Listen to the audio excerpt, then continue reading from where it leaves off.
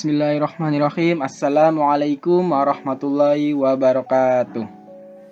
Halo teman-teman semua, ketemu lagi bersama saya M. Ardian.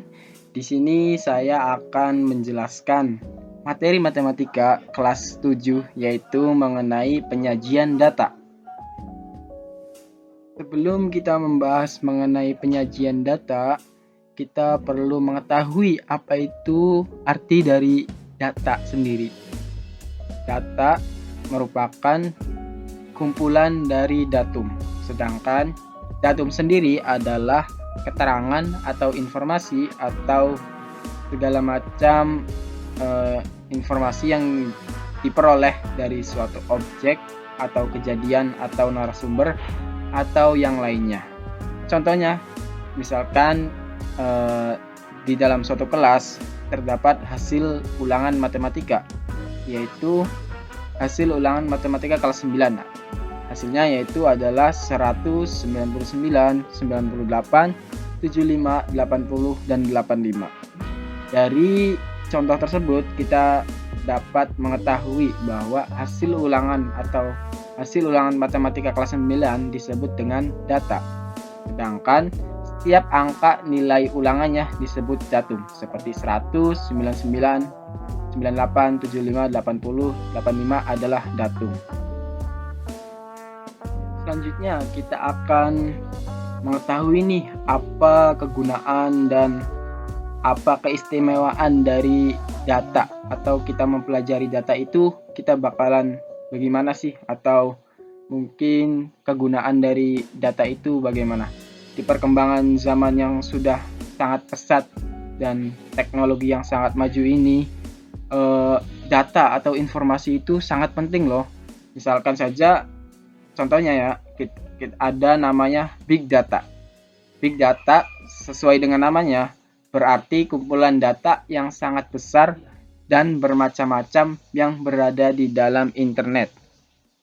Teman-teman mungkin pernah dengar ya di radio atau televisi mengenai big data. Mungkin masih bingung ya mengenai big data, kita langsung saja ke contohnya. Teman-teman mungkin pernah bermain media sosial seperti YouTube, Instagram, TikTok, dan lainnya, atau Twitter mungkin. Terus ketika kita bermain media sosial tersebut, misalnya kita bermain YouTube, kita mencari video tentang matematika. Kita pencarian tuh di search bar atau di kotak pencarian mencari video matematika. Setelah itu kita menonton beberapa video matematika, dan setelah itu kita selesai menonton dan kembali, dan ketika kita membuka kembali YouTube tersebut, video yang disarankan atau video yang ditampilkan YouTube itu mengenai matematika. Ada yang tahu kenapa? Itu adalah salah satu pemanfaatan dari big data. Dengan kita menonton video matematika sebelumnya, data kita telah diambil oleh YouTube tersebut, dan sehingga YouTube menampilkan video matematika.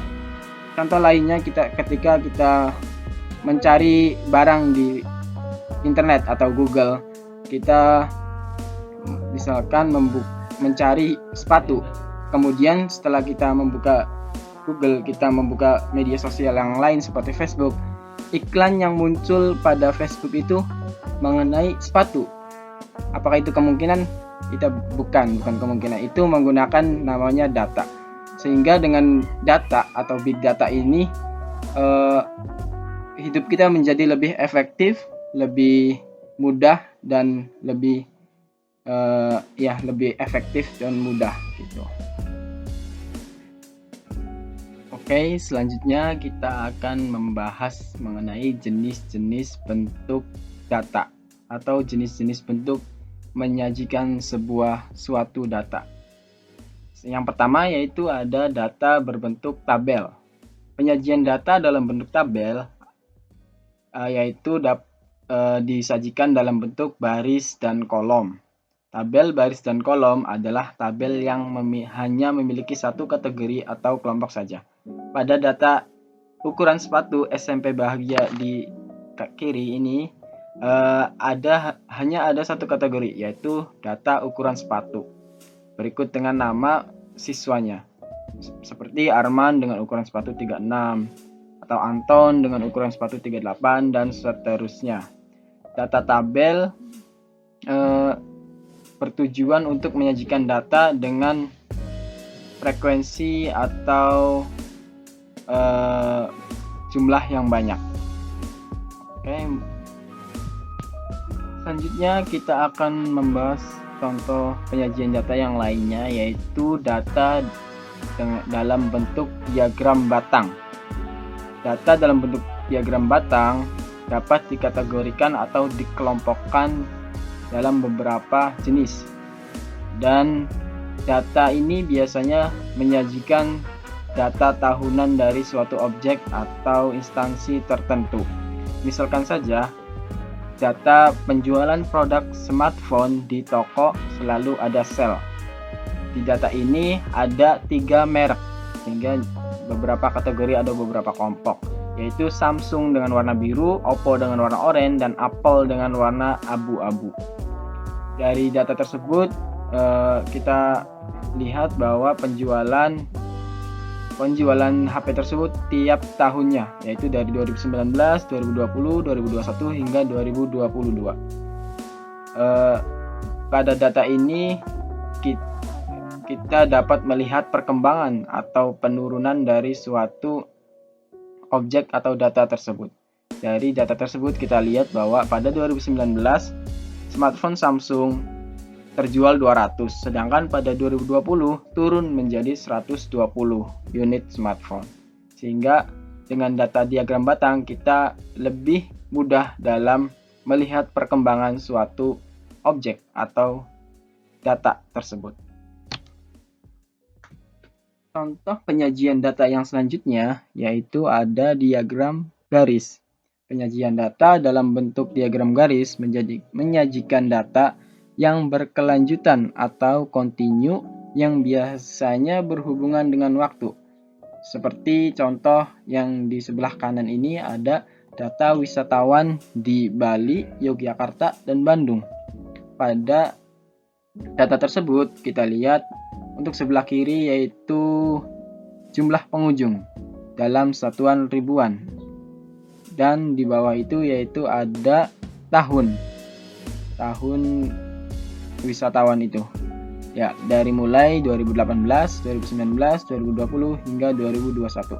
Pada di bawahnya terdapat keterangan garis biru Bali, garis oranye Yogyakarta, dan garis abu-abu yaitu Bandung. Pada data Bali atau wisatawan Bali, yang pertama yaitu pada tahun 2018 sekitar 15.000 wisatawan, dan 2019 sekitar 20.000 wisatawan, dan seterusnya.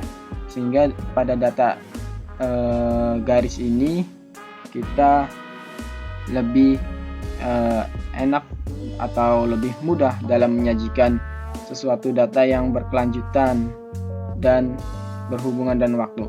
Ada juga misalnya seperti perkembangan penduduk di Indonesia, perkembangan anak, dan segala macam.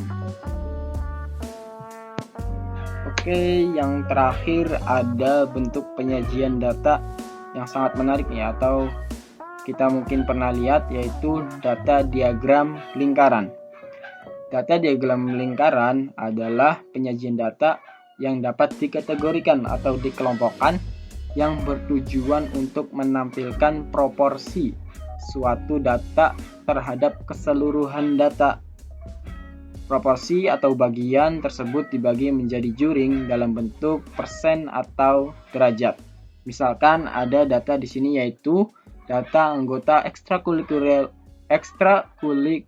SMP Bahagia. Di situ terlihat bahwa terdapat beberapa jenis ekstrakurikuler. Yang pertama pramuka, paskibra, olahraga, dan bela diri. Di situ kita bisa lihat bahwa pramuka mendominasi atau paling besar proporsinya atau bagiannya, dan dilanjutkan dengan paskibra dilanjutkan olahraga, dan yang terakhir yaitu bela diri. Di sini pramuka belum terdapat persen atau bagiannya berapa persen, sehingga kita dapat mencarinya dengan cara dari keseluruhan data adalah 100% dikurangi paskibra, olahraga, dan bela diri, yaitu 30 dikurangi 20 dikurangi 10 sehingga 100 dikurangi 60%. Jadi proporsi atau bagian data dari anggota ekstrakurikuler SMP Bagia Pramuka yaitu 40%. Data ini memudahkan kita untuk langsung melihat bagian atau proporsi dari suatu data. Baik, selanjutnya kita akan membahas mengenai perubahan bentuk penyajian data. Kita lihat bentuk data yang sebelah kiri, tabel mengenai ukuran sepatu, yaitu di data tersebut penyajian datanya yaitu tiap anak dengan bermacam ukuran satu-satu atau secara detail. Namun apabila seseorang atau guru ingin mengetahui berapa jumlah tiap ukurannya, maka akan lebih sulit dalam menghitungnya. Sehingga data tersebut kita bisa ubah menjadi data dengan jenis atau menjadi ukuran sepatu dengan banyaknya atau frekuensi. Dari data tersebut kita bisa lihat bahwa ukuran sepatu dengan nomor 34 terdapat 2 orang. Sedangkan ukuran sepatu 35 terdapat 3 orang, dan seterusnya hingga sepatu nomor 43 sebanyak 1 orang dengan jumlah 30 orang sepatu. 30 orang. Dengan perubahan data tersebut kita dapat langsung melihat bahwa misalkan kita mencari berapa banyak ukuran sepatu nomor 38, langsung kita bisa melihat yaitu sebanyak 5 orang. Oke, selanjutnya kita akan merubah bentuk dari penyajian data berupa tabel menjadi berupa diagram batang. Di sini kita mempunyai data yang tadi yaitu mengenai ukuran sepatu SMP Bahagia. Di situ terlihat untuk ukuran 34 terdapat 2 orang, sehingga diagram batangnya dengan di bawah yaitu ukuran 34 dan frekuensinya 2 seperti itu ya. Selanjutnya untuk ukuran 35 yaitu 3 orang naik, dan ukuran 36 yaitu 3, dan seterusnya dirubah menjadi diagram batang yaitu seperti tersebut.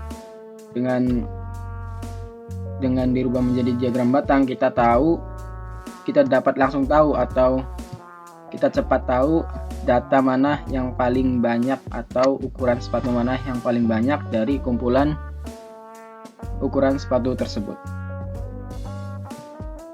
Mungkin cukup sekian materi mengenai penyajian data untuk kelas 7 semester 2. Kurang lebihnya mohon maaf.